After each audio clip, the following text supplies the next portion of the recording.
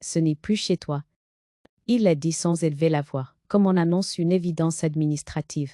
Comme si ces murs n'avaient jamais entendu mon rire, mes silences, mes nuits d'inquiétude et mes matins trop tôt levés. Comme si ma vie n'avait été qu'un passage toléré, provisoire, révocable. Nous étions le 27 décembre. Le sapin n'avait pas encore perdu ses aiguilles. Une guirlande clignotait encore faiblement dans le salon, oubliée par fatigue ou par négligence. Mon fils se tenait debout près de la porte, manteau fermé, clé dans la main. Il n'entrait plus vraiment ici, il venait constater.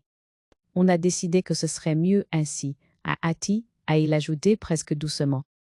En ce pronom qui efface les responsabilités, qui dilue les décisions, qui protège les lâches.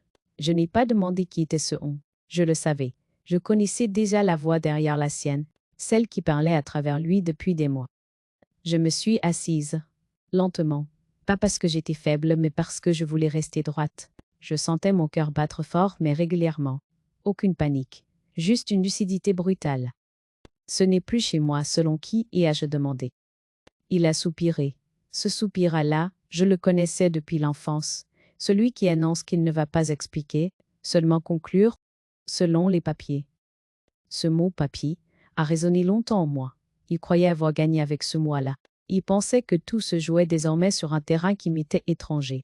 Il ignorait que j'avais appris dans le silence à lire ce langage mieux qu'il ne l'imaginait. Je n'ai pas pleuré, pas à ce moment-là. J'ai regardé autour de moi, la table que j'avais choisie, les rideaux cousus de mes mains, la fissure près de la fenêtre que je connaissais par cœur. Rien n'avait changé, et pourtant tout venait de basculer. Noël avait été étrange cette année-là, poli, trop poli, des sourires mesurés, des phrases vides, des cadeaux sans regard. J'avais senti quelque chose se refermer sans encore pouvoir le nommer. Je ne savais pas que la décision était déjà prise, que pendant que je préparais un repas simple, d'autres préparaient mon effacement. Mon fils parlait encore. Il évoquait des solutions temporaires, un logement plus adapté, des démarches simplifiées. Toujours les mêmes mots. Pour ton bien. Je les entendais à peine. Une phrase tournait en boucle dans ma tête. Ils ont osé. Quand il est parti, il a refermé la porte sans colère, sans hésitation. Comme si tout était réglé. J'ai attendu quelques secondes, puis quelques minutes. J'ai enfin laissé mes mains trembler. Ce soir-là, je n'ai pas dormi, pas parce que je ne savais pas quoi faire, mais parce que je comprenais enfin ce qui était joué depuis longtemps. Les petites humiliations, les décisions prises sans moi, les phrases dites avec douceur pour masquer la dépossession. Tout menait ici. À l'aube, j'ai sorti une enveloppe que je gardais dans un tiroir discret, une enveloppe que je n'avais jamais montrée. Dedans, il y avait une copie, un acte, une date, une signature, la mienne. En pleine capacité, en pleine conscience. Je me suis regardée dans le miroir. Mon visage était fatigué mais stable. Je n'étais pas une femme expulsée, j'étais une femme réveillée.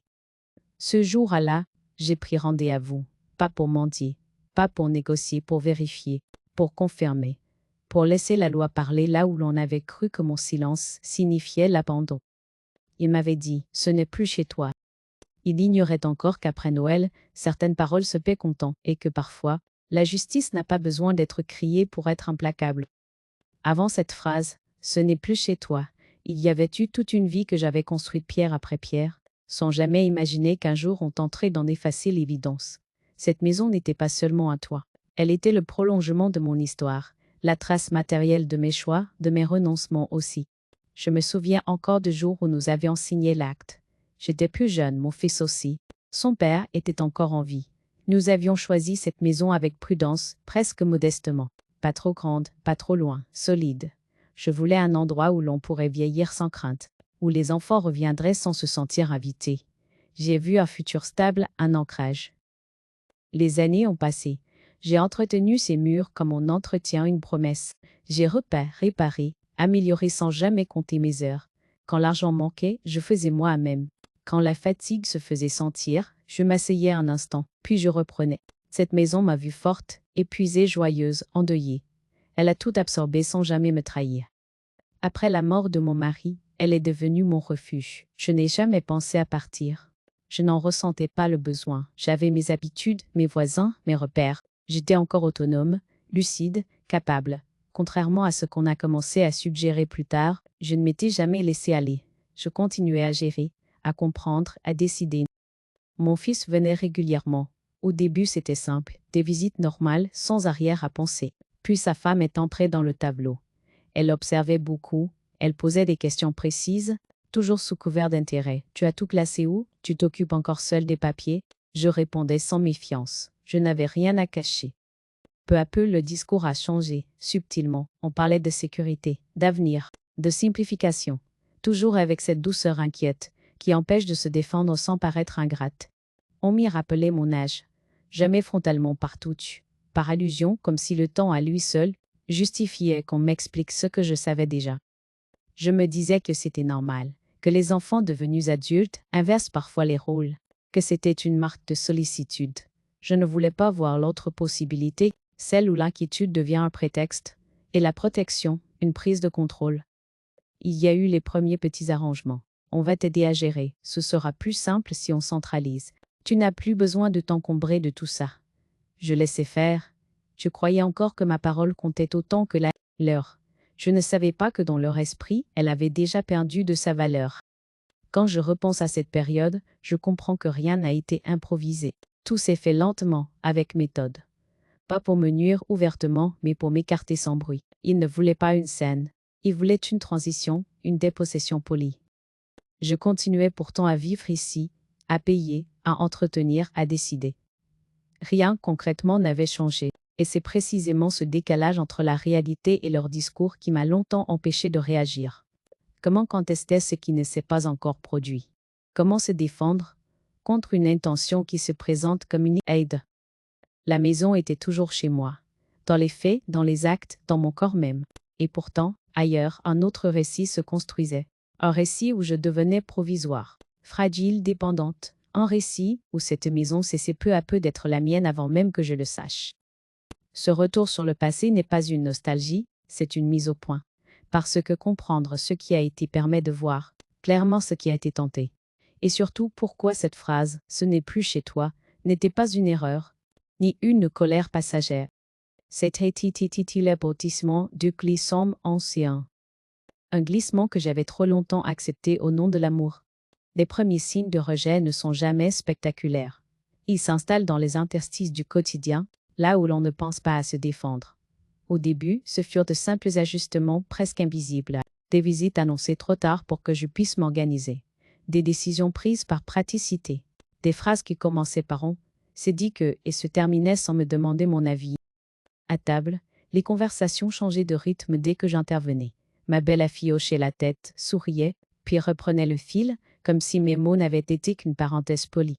Mon fils évitait mon regard. Il disait plus tard « ce n'était pas le moment ne venait jamais ». Il y eut ces remarques, dites sur le ton de la plaisanterie, qui vous laissent sans réplique. « Tu te fatigues vite. Tu compliques les choses.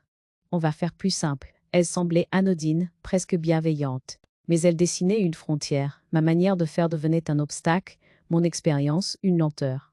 On ne me contredisait pas, on me contournait. J'ai commencé à me taire davantage, à anticiper, à choisir mes mots pour ne pas paraître sur la défensive. Je voulais préserver l'harmonie, cette valeur que j'avais toujours placée au-dessus de moi. Je pensais que la souplesse était une preuve d'amour. Je n'avais pas compris qu'elle pouvait devenir une autorisation à m'effacer.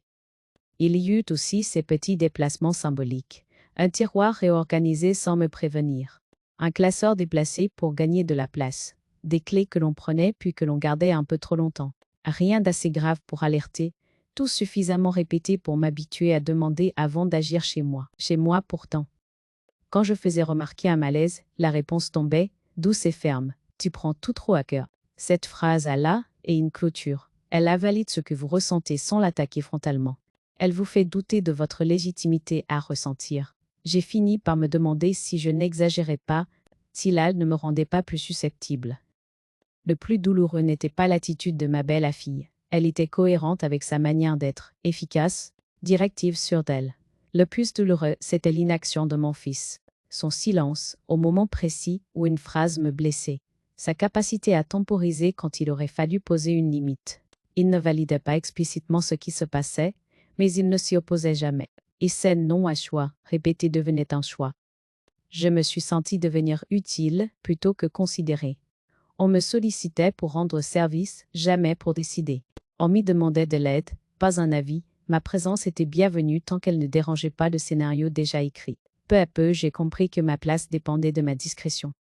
Il y a une fatigue particulière qui accompagne ces petites humiliations. Elle n'est pas spectaculaire, elle s'installe dans le corps, dans la façon de parler plus bas, dans l'hésitation avant d'ouvrir un tiroir, dans la question muette « et ai-je encore le droit ?» Cette fatigue-là ne se voit pas, elle s'accumule. Je me disais que d'autres vivaient pire, que je devais être reconnaissante. Cette comparaison me maintenait immobile. Elle m'empêchait de nommer l'essentiel. La douleur n'a pas besoin d'être violente pour être réelle. Elle peut être douce, répétée, enveloppée de bonnes attentions, et pourtant dévastatrice. Un jour, je me suis entendue m'excuser d'être là. Littéralement, j'ai dit « Désolée de déranger ». Chez moi, cette phrase m'a frappée comme une gifle tardive. J'ai souri pour ne pas m'arrêter dessus. Mais quelque chose à l'intérieur s'est fissuré. Ces petites humiliations formaient un langage cohérent, patient, qui disait « avance avec nous, mais sans toi ». Et moi, en me taisant, je traduisais ce langage en consentement. Je croyais protéger la paix. Je protégeais surtout leur confort. Avec le recul, je vois clairement cette période. Non pour m'accuser, mais pour comprendre. J'ai appris que l'effacement prolongé finit par être pris pour un droit acquis, et que ceux qui bénéficient de votre silence s'étonnent toujours quand il prend fin. Ces signes, je les ai vus trop tard, ou plutôt je les ai vus sans les nommer. Ils ont préparé le terrain, ils ont rendu possible la phrase qui viendrait plus tard, dite sans trembler, « ce n'est plus chez toi ». Ils croyaient que je m'y habituerais. Ils se trompaient. La phrase n'est pas tombée du ciel. Elle avait été préparée, polie, rendue possible par une succession de gestes précis.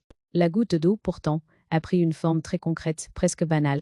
Un matin, en cherchant un document que je consultais régulièrement, j'ai constaté qu'il avait disparu. Ce n'était pas un papier quelconque. C'était une copie d'acte, rangée depuis des années au même endroit, dans une chemise bleue que je reconnaissais au toucher. Je connaissais ce tiroir par cœur. J'y avais mis de l'ordre moi-même, à une époque où personne ne doutait encore de ma capacité à gérer quoi que ce soit. La chemise n'y était plus. J'ai d'abord pensé à une erreur. L'âge rend parfois l'esprit soupçonneux, et je refusais de me prêter à ce cliché. J'ai fouillé lentement, méthodiquement. J'ai déplacé chaque dossier, ouvert chaque enveloppe. Rien.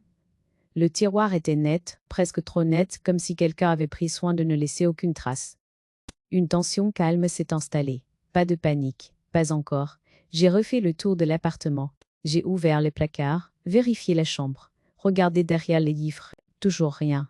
À ce moment précis, j'ai su que ce n'était pas un oubli. Ce document concernait la maison. Pas une décision récente, pas un projet, mais un élément fondamental de ce qui établissait clairement mon droit d'y vivre, d'y décider, d'y rester. Je savais exactement qui avait eu accès à mon logement ces derniers jours. Je savais aussi qui avait depuis des mois parlé de régulariser les choses. J'ai appelé mon fils. Il a répondu rapidement, trop rapidement. « Tu cherches quelque chose ?»« Oui, une chemise bleue, tu l'as vue ?» Il y a eu un silence, court mais suffisant, puis sa voix est devenue plus douce, plus prudente. « Ah, oui, on l'a prise, pour vérifier certains points. Tu sais, avec tout ce qui se passe, on préfère être sûr. » On l'a prise, pas je, pas par erreur, une prise assumée, présentée comme une précaution, comme si ce qui m'appartenait était devenu un objet collectif, soumis à validation. Où est-elle ? Et ai-je demandé ? Qu'est-ce nous pour l'instant ? Ce pour l'instant a tout scellé. Il contenait déjà l'idée que ce document ne m'était plus destiné, que son lieu naturel n'était plus ici, chez moi, mais ailleurs sous leur contrôle. Le soir même, ma belle fille m'a envoyé un message, courte, poli, glacial sous son apparente bienveillance. « Ne t'inquiète pas, c'est pourtant bien. Avec ton âge, c'est plus prudent que tout soit centralisé. » Ce n'était plus une maladresse. Ce n'était plus une phrase blessante. C'était un acte d'injustice clair. On ne me demandait pas. On ne me consultait pas. On me dépossédait, doucement, légalement presque, en enveloppant le tout d'une inquiétude fabriquée. Cette nuit, je n'ai pas dormi. Pas parce que j'étais effondrée, mais parce que tout devenait lapide. Les remarques sur ma fatigue. Les décisions prises sans moi. Les clés qu'on gardait un peu trop longtemps. La phrase prononcée après Noël, tout s'alignait enfin. Ils n'avaient pas simplement voulu m'aider, ils avaient commencé à agir comme si je n'étais plus en position de consentir. Comme si mon silence était un accord. Comme si mon âge suffisait à me faire glisser du statut de propriétaire à celui de personne à gérer. Le lendemain matin, je me suis levée tôt. J'ai pris un carnet. J'y ai noté les dates, les phrases exactes, les gestes. J'ai écrit sans colère. Comme on dresse un constat, j'ai compris à cet instant que ce qui se jouait dépassait la sphère familiale. Ce n'était plus une question de relation. C'était une tentative d'éviction déguisée. Je me suis regardée dans le miroir. J'ai vu une femme fatiguée, oui, mais lucide, entièrement lucide. Et cette lucidité m'a empêché de faire la seule chose qu'ils attendaient encore de moi, protester. Ce player m'expliquait. Ils avaient franchi une limite. Pas morale, elle l'avait été depuis longtemps, mais légale. Et cette frontière-là ne se négocie pas autour d'un repas, ni dans un message mielleux. À partir de ce moment précis, j'ai cessé de me demander comment préserver la paix. Je me suis demandé comment me protéger. Et cette question allait tout changer. Les nuits suivantes ont été inhabitées de sommeil, mais pleines de pensées ordonnées. Je restais allongé dans l'obscurité, sans tourner en rond, sans me laisser emporter par la peur. Il y avait autre chose à l'œuvre. Une lente mise au clair, comme si mon esprit, libéré de l'obligation de ménager, s'était enfin autorisé à regarder la réalité sans filtre. Je pensais à chaque détail, pas pour me faire mal, mais pour comprendre que j'avais cessé d'être une personne pour devenir un dossier potentiel. Comprendre à quel moment l'inquiétude affichée était transformée en prise de pouvoir. Je repassais les phrases, les gestes, les silences. Tout prenait une cohérence nouvelle. Je me suis rendu compte que je n'étais pas triste comme je l'avais été autrefois. Il n'y avait plus cette douleur floue, cette culpabilité permanente. À la place, il y avait une gravité calme, une forme de sérieux intérieur. Je ne me demandais plus pourquoi il faisait cela, mais ce que je devais faire moi. Je me suis surprise à prier, mais sans demander réparation ni punition. Je demandais seulement de la clarté, de ne pas céder à la colère, de ne pas agir dans la précipitation. J'avais compris que toute réaction émotionnelle serait utilisée contre moi, interprétée comme une preuve de fragilité. Je ne voulais leur offrir aucun argument. Un matin très tôt, j'ai pris un carnet simple, sans valeur particulière. J'y ai écrit ce que je savais, pas ce que je ressentais, ce que je savais. Les dates, les faits, les phrases exactes, on a pris la chemise, c'est pour ton bien, ce n'est plus chez toi. Écrites ainsi, noir sur blanc, ces phrases perdaient leur fausse douceur, elles révélaient leur nature réelle. En écrivant, j'ai compris que je n'étais pas face à un conflit familial ordinaire. Il ne s'agissait plus de désaccord ou de maladresse. Il s'agissait d'un glissement précis vers une mise sous contrôle. Et ce glissement, je n'avais pas provoqué. Je l'avais seulement laissé se produire par excès de patience. Cette prise de conscience n'a pas été violente. Elle a été nette, elle m'a soulagé d'un poids ancien, celui de me demander si j'exagérais. Je n'exagérais pas, je voyais enfin juste. J'ai commencé à me renseigner discrètement. Je lisais, je comparais, je notais les mots importants, consentement, capacité, propriété, procuration. Ce vocabulaire ne m'était pas familier, mais il ne m'était pas hostile non plus. Il avait quelque chose de rassurant. Il ne jugeait pas, il constatait. Je n'y parlais à personne de ce que je faisais. Pas à mes proches, pas à mes voisins. Je continuais à répondre aux messages comme avant, poliment, brièvement. Je savais que le silence était, pour une fois, une force, pas un abandon, une retenue stratégique. Je réfléchissais aussi à la loyauté, à ce que je devais encore à mon fils, à ce que je me devais à moi à même. Longtemps, j'avais cru que la loyauté consistait à supporter, à comprendre, à attendre. Cette nuit-là, j'ai compris autre chose. La loyauté envers soi-même est la condition de toute autre loyauté. Sans elle, on ne fait que se dissoudre. Il y avait une tentation parfois de confronter, de réclamer, d'exiger qu'on me rende ce qui m'appartenait. Je l'ai écarté. Réclamer, c'était reconnaître leur autorité. Exiger, c'était entrer dans un rapport de force émotionnelle. Je ne voulais ni l'un ni l'autre. À la place, une décision s'est imposée, lentement mais fermement. Je n'allais pas me battre sur leur terrain. J'allais changer de terrain. Utiliser les outils qui existent précisément pour protéger ceux qu'on croit faibles, mais qui ne le sont pas. Cette introspection n'a pas fait de moi une femme dure. Elle m'a rendue exacte, plus attentive à mes propres signaux, plus respectueuse de mes limites. J'ai cessé de chercher des excuses aux actes qui n'en avaient pas. Je savais désormais que la suite serait silencieuse, méthodique, irréversible. Et cette certitude ne m'a pas angoissée. Elle m'a apaisée. Parce qu'à cet instant précis, je n'étais plus dans l'attente. J'étais entré dans le temps de la décision. La préparation a commencé sans éclat, presque à contre-courant de ce que l'on imagine d'un tournant décisif. Elle a commencé par un rendez-vous pris à voix basse, un matin ordinaire, à une heure où je savais que personne ne me téléphonerait. J'ai choisi ce créneau comme on choisit un chemin discret, sans témoin, sans urgence, avec la tête claire. Je n'ai pas raconté toute l'histoire. Je n'en avais pas besoin. J'ai exposé des faits, des dates, des documents manquants, des paroles rapportées mot pour mot. Je parlais lentement sans trembler. À mesure que je parlais, je sentais quelque chose se redresser en moi. Mes mots n'étaient plus contestés, ni interprétés. Ils étaient reçus tels quels, puis rangés dans un cadre précis. Ce cadre portait un nom, la loi. On m'a posé des questions simples, presque techniques. Avais-je donné un accord écrit? Avais-je signé quoi que ce soit? Avais-je été informé des démarches entreprises à mon nom? À chaque réponse négative, je comprenais que ce que l'on m'avait présenté comme une fatalité n'en était pas une. Ce n'était pas trop tard. Rien n'était irréversible. Cette découverte m'a apporté un soulagement profond, presque physique. Nous avons passé en revue ce qui m'appartenait encore et ce qui devait être sécurisé. Les comptes, les accès, les copies. J'ai demandé que tout soit séparé, tracé, confirmé. Yann ne voulait plus de zones grises. Les zones grises sont des invitations. Je voulais des lignes nettes, des limites visibles. Chaque démarche était expliquée, chaque conséquence détaillée. Je n'étais pas une spectatrice, j'étais actrice pleinement consciente.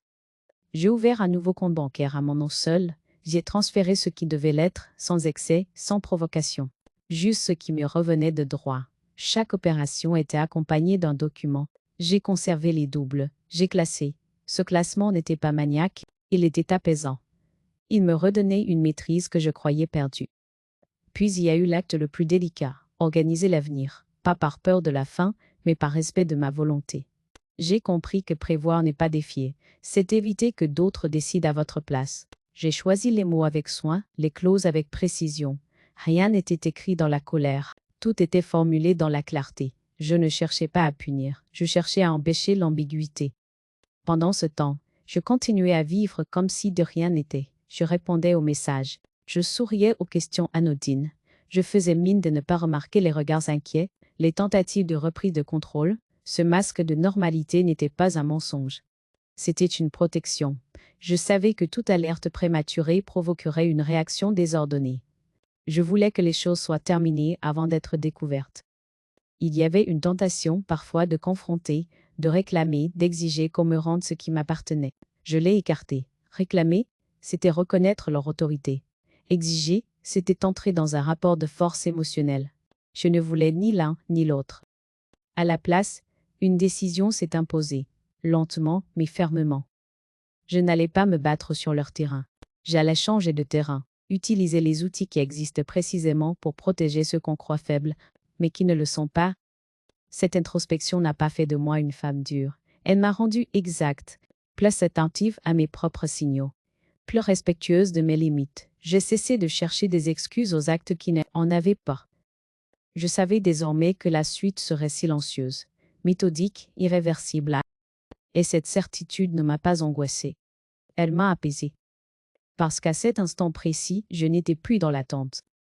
J'étais entrée dans le temps de la décision.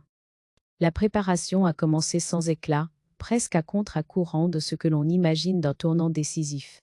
Elle a commencé par un rendez, à vous prier à voix basse, un matin ordinaire, à une heure où je savais que personne ne me téléphonerait. J'ai choisi ce créneau comme on choisit un chemin discret, sans témoin, sans urgence, avec la tête claire. Je n'ai pas raconté toute l'histoire. Je n'en avais pas besoin, j'ai exposé des faits, des dates, des documents manquants, des paroles rapportées mot pour mot. Je parlais lentement, sans trembler. À mesure que je parlais, je sentais quelque chose se redresser en moi.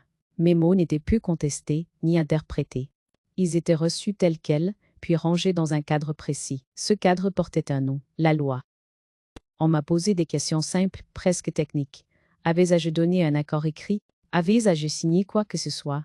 Avais-je été informé des démarches entreprises à mon nom? À chaque réponse négative, je comprenais que ce que l'on m'avait présenté comme une fatalité n'en était pas une. Ce n'était pas trop tard. Rien n'était irréversible. Cette découverte m'a apporté un soulagement profond, presque physique.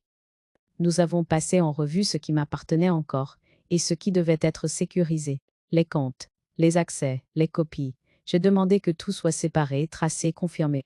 Je ne voulais plus de zones grises. Les zones grises sont des invitations. Je voulais des lignes nettes, des limites visibles. Chaque démarche était expliquée, chaque conséquence détaillée.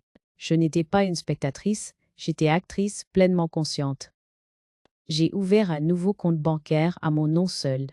J'y ai transféré ce qui devait l'être, sans excès, sans provocation, juste ce qui me revenait de droit. Chaque opération était accompagnée d'un document. J'ai conservé les doubles, j'ai classé. Ce classement n'était pas maniaque, il était apaisant. Il me redonnait une maîtrise que je croyais perdue. Puis il y a eu l'acte le plus délicat. Organiser l'avenir. Pas par peur de la fin, mais par respect de ma volonté. J'ai compris que prévoir n'est pas défier. C'est éviter que d'autres décident à votre place. J'ai choisi les mots avec soin, les clauses avec précision. Rien n'était écrit dans la colère. Tout était formulé dans la clarté. Je ne cherchais pas à punir, je cherchais à empêcher l'ambiguïté. Pendant ce temps, je continuais à vivre comme si de rien n'était. Je répondais aux messages. Je souriais aux questions anodines. Je faisais mine de ne pas remarquer les regards inquiets, les tentatives de reprise de contrôle. Ce masque de normalité n'était pas un mensonge. C'était une protection. Je savais que toute alerte prématurée provoquerait une réaction désordonnée. Je voulais que les choses soient terminées avant d'être découvertes. Ils ont parlé de famille, de loyauté, de ce que cela devrait être. Je les ai laissés faire, puis j'ai rappelé un point calmement. La loyauté n'autorise pas la dépossession, l'aide n'autorise pas la prise, l'inquiétude n'autorise pas l'effacement. Mon fils s'est levé, a fait quelques pas. Il semblait chercher une issue émotionnelle, une larme, une colère, un geste qui aurait rouvert la discussion. Il n'a rien trouvé, il s'est rassis. Qu'est-ce que tu veux maintenant? Ah, tiens, il demandait. La question était sincère, elle arrivait à rien de plus que ce qui est écrit. Ma belle fille a compris alors que la scène était terminée, qu'il n'y aurait ni concession, ni retour en arrière, ni débat prolongé. Elle a rassemblé ses affaires. Son visage n'exprimait plus la certitude, mais la surprise froide de ceux qui découvrent qu'ils ont mal évalué quelqu'un. Ils sont partis sans éclat, la porte s'est refermée doucement. Aucun mot n'a été lancé dans le couloir. Aucun regard en arrière. J'ai attendu quelques secondes, puis je me suis levée. J'ai rangé l'enveloppe dans le tiroir qui m'appartenait, celui que je pouvais ouvrir sans demander. Je ne me suis pas sentie victorieuse, je me suis sentie exacte. À ma place, dans mon droit, dans ma vie. Ce jour-là, ils n'ont pas perdu une bataille. Ils ont perdu une certitude, celle que mon silence signifiait l'abandon. Ils ont compris, trop tard, que l'absence de bruit ne garantit pas l'absence de décision. La loi avait parlé. Pas pour humilier. Pour rétablir. Et moi, je n'avais rien eu à crier pour être entendu. Après cette rencontre, rien ne s'est effondré d'un coup. Il n'y a pas eu de fracas, pas de cris rapportés, pas de scène publique. L'éclatement a été plus lent, plus insidieux mais irréversible. Comme ces fissures qu'on ne remarque pas tout de suite et qui finissent pourtant par traverser tout un mur. Les jours suivants, le silence s'est épaissi. Pas le mien, le leur, les messages se sont raréfiés, puis sont devenus maladroits. Des phrases trop longues, trop prudentes, des tentatives pour reformuler ce qui avait été dit, comme si les mots pouvaient être repris une fois écrits. Ma belle fille parlait de maladresse, de stress, de peur de mal faire. Mon fils, lui, oscillait entre justification et lassitude. Il disait que la situation avait créé des tensions, que rien n'était simple à la maison. Je n'ai pas répondu ou très peu, des réponses neutres sans émotion, je n'expliquais plus. J'avais compris que toute explication devenait une matière à négocier, et je n'étais plus dans une négociation. Autour d'eux, la réalité commençait à s'imposer. Les proches posaient des questions. Certains savaient, d'autres devinaient. Les versions racontées ne coïncidaient pas toujours. Ce qui avait été présenté comme une mesure de protection devenait, à force d'être raconté, une tentative d'éviction. Le récit se fissurait sous son propre poids. Je n'ai pas cherché à rectifier quoi que ce soit. Je n'ai convoqué personne. Je n'ai pas justifié mes actes. La vérité a cette particularité. Elle n'a pas besoin d'être défendue quand elle est documentée. Les faits parlaient pour moi-même en mon absence. Mon fils est revenu seul, une semaine plus tard. Il n'avait pas prévenu. Il a sonné comme autrefois. Son visage était fermé, fatigué. Il ne venait pas réclamer, il venait comprendre ce qui lui échappait encore. Il a parlé de chaos, de disputes, de reproches. Il a dit que rien n'était comme avant. Je l'écoutais sans intervenir. Ce n'était plus à moi de stabiliser ce qui avait été bâti sur mon effacement. Quand il s'est arrêté, il m'a regardé longtemps, puis il a murmuré. Je n'avais pas réalisé jusqu'où ça irait. Je n'ai pas répondu tout de suite, Puis j'ai dit simplement, ainsi que je faisais en sorte que ça n'aille jamais trop loin. Cette phrase a suspendu l'air. Il a compris alors que ma patience avait été un pilier invisible, un pilier qu'il avait cru acquis. Et qu'en cessant de porter, tout s'était déséquilibré. Dans la famille élargie, les positions se redessinaient. Certains prenaient leur distance, d'autres se taisaient. Quelques-uns tentaient de jouer les médiateurs maladroitement. Je refusais toute médiation. Il n'y avait rien à arbitrer. Les règles étaient claires désormais. Je ne ressentais ni joie ni amertume face à cet éclatement. Seulement une distance nouvelle. Comme si j'observais une scène depuis un autre côté du verre, j'étais concerné mais plus impliqué. Ce détachement n'était pas un abandon, c'était une protection tardive. On m'a accusé, à demi-mot, d'avoir été trop dur, d'avoir prisé quelque chose. J'ai entendu ces mots sans me défendre. Une structure qui s'écroule quand une personne cesse de se taire était déjà fragile. Ce n'est pas la parole qui brise, c'est le mensonge qui tenait lieu de fondation. Je me suis surprise à respirer plus librement, à dormir mieux, à ne plus anticiper les appels, les demandes, les reproches. Cette légèreté nouvelle n'était pas une victoire, c'était une sortie. L'éclatement familial ne m'a pas laissé seule. Il m'a rendu extérieur à un chaos que je n'avais plus à contenir. Pour la première fois, je n'étais plus le point d'équilibre forcé. Je pouvais me tenir à côté, droite, intacte. Ce qui se désagrégeait ne m'appartenait plus. Ce qui restait en revanche était essentiel. Ma place, mes droits et la possibilité, enfin, d'avancer sans porter les autres à bout de bras. Le nouveau départ ne s'est pas imposé comme une fuite, mais comme une respiration. Je n'ai pas quitté la maison dans la précipitation ni avec fracas. J'ai pris le temps. Le temps de trier, de fermer certains tiroirs, d'en laisser d'autres ouverts. Le temps de comprendre que partir n'était pas renoncer, mais choisir. Je me suis installée dans un endroit plus petit, plus simple. Un lieu sans mémoire familiale, sans empreinte affective lourde. Un espace où aucun regard ne venait me rappeler ce que j'avais été pour les autres. Là-bas, je n'étais ni la mère qui arrange, ni la femme qui cède. J'étais une personne entière, sans rôle assigné. Les premiers jours, j'ai ressenti une fatigue étrange.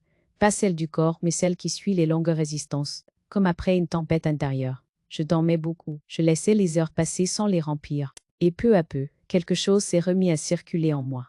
Une attention nouvelle aux détails, une curiosité retrouvée pour les gestes simples. Je me suis remise à marcher, sans but précis, juste pour sentir le sol, l'air, le rythme de mes pas. Je n'avais plus à justifier mes allées et venues, personne ne me demandait où j'allais, ni pourquoi. Cette absence de contrôle m'a d'abord surprise, puis profondément apaisée. Les rencontres ont changé, elles aussi, des échanges sans passé commun, sans dette émotionnelle, des conversations légères, parfois profondes, mais jamais piégées. Je découvrais le plaisir de parler sans être interrompu, d'être écouté sans être corrigé. Cette simplicité était nouvelle pour moi. Je pensais encore à mon fils, à certains moments précis, pas avec colère, avec une lucidité tranquille. Je voyais désormais ce qui m'avait lié trop longtemps. L'idée que l'amour exige toujours un sacrifice de soi. J'avais appris tardivement mais fermement que l'amour qui efface finit par détruire ce qui prétend protéger. La question du pardon revenait parfois, doucement. Pas comme une injonction morale, mais comme une interrogation intime. J'ai compris que pardonner ne signifiait pas rétablir les liens tels qu'ils étaient. Cela signifiait refuser que la rancœur devienne un centre. Je pouvais avancer sans régler tous les comptes. Je pouvais aller mieux, sans attendre que les autres changent. Il y avait des soirs de solitude, je n'y fuyais plus. Je les accueillais comme on accueille un silence utile. La solitude choisie n'est pas un manque, c'est un espace. Et dans cet espace, je retrouvais ma voix intérieure, celle que j'avais longtemps étouffée pour maintenir l'équilibre des autres. Je me suis surprise à sourire sans raison, à ressentir de la gratitude pour des choses simples, un repas préparé lentement, une fenêtre ouverte, une journée sans tension. Cette joie n'était pas bruyante, elle était stable, elle n'avait pas besoin d'être partagée pour exister. Je n'avais rien gagné au sens spectaculaire, pas de revanche, pas de triomphe visible. Mais j'avais récupéré quelque chose de plus rare, la cohérence. Mes actes correspondaient enfin à mes valeurs. Je ne me forçais plus à comprendre l'incompréhensible, ni à excuser l'inexcusable. Ce nouveau départ ne niait pas le passé, il le replaçait à sa juste distance. Je pouvais regarder derrière moi sans être happé, je pouvais avancer sans me retourner à chaque pas. Cette liberté-là avait un goût discret mais profond. Je savais que la fin approchait. Non comme une clôture, mais comme un point d'équilibre. J'étais prête à poser le dernier regard, à formuler le dernier mot, pas pour accuser, pour transmettre ce que j'avais appris. Parce que certaines expériences ne doivent pas rester enfermées dans le silence. Elles doivent devenir des repères pour celles et ceux qui hésitent encore à se choisir. Il y a des fins qui ne ferment rien, mais qui mettent enfin de l'ordre. La mienne s'est posée un matin clair, sans solennité, quand j'ai compris que je n'attendais plus d'autorisation pour être en paix. Ni excuse tardive, ni explication maladroite, ni reconnaissance conditionnelle. Ce qui devait être compris l'avait été. Le reste n'était plus de mon ressort. Je me suis revue, plus jeune, persuadée que la solidité d'une famille se mesure à ce que l'on accepte de taire. J'avais confondu endurance et loyauté, patience et effacement. Cette confusion m'avait tenue debout longtemps, mais elle m'avait aussi usée. Aujourd'hui, je ne juge pas cette femme que j'ai été. Je la remercie. Elle a tenu quand il fallait tenir. Elle a appris quand il fallait apprendre. Ce que j'ai traversé m'a enseigné une vérité simple et exigeante. La dignité n'est pas une idée abstraite. Elle se joue dans les gestes concrets, dans le papier que l'on vous retire sans vous demander, dans la clé que l'on garde par prudence, dans la phrase prononcée comme une évidence « ce n'est plus chez toi ». Ces détails à la disent la réalité des rapports, bien plus que les discours sur l'amour et la protection. Je n'ai pas cherché à punir, je n'ai pas cherché à humilier. J'ai simplement cessé de me taire là où le silence servait à deux autres. J'ai remis la loi à sa place, non pas comme une arme, mais comme une frontière. Une frontière n'attaque pas, elle empêche l'intrusion, elle protège sans faire de bruit, elle permet de respirer. Il y a eu des pertes, des distances qui se sont installées, des conversations qui n'auront peut-être jamais lieu. Je n'en fais pas un triomphe, ni un drame. Ces pertes sont le prix de rééquilibrage. Préserver un lien au prix de sa propre disparition n'est pas de l'amour, c'est une usure. Et l'usure finit toujours par casser ce qu'elle prétend préserver. À celles et ceux qui se reconnaissent dans cette histoire, je veux dire ceci, ne signez rien par fatigue. Ne cédez rien par peur de déplaire. Ne confondez pas l'aide avec la dépossession. Prenez le temps de comprendre, de demander, d'écrire. Informez à vous, la prudence n'est pas une défiance. C'est un respect envers soi-même. Et le respect, lorsqu'il est clair, apaise plus sûrement que toutes les concessions. Je n'ai pas fermé la porte au dialogue, je l'ai déplacée. Elle n'est plus à l'endroit où l'on entre sans frapper. Si un jour la parole doit reprendre, elle se fera sur des bases simples, clarté, consentement, limite. Sinon, je continuerai mon chemin sans bruit, sans colère, sans justification permanente. Aujourd'hui, je vis à mon rythme. Je choisis mes mots, mes silences, mes présences. Je n'ai plus besoin d'être comprise de tous pour me sentir entière. Cette cohérence retrouvée est devenue mon socle. Elle ne dépend ni des regrets des autres, ni de leurs promesses. Je regarde mon passé sans rancœur et mon avenir sans crainte. J'ai appris que certaines réponses n'ont pas besoin d'être criées pour être irrévocables. Qu'il existe une force tranquille dans le refus d'expliquer encore et encore ce qui a déjà été clair. Je n'ai pas élevé la voix. Je n'ai pas crié de scène. Je n'ai pas supplié. Le silence peut aussi être une forme de justice.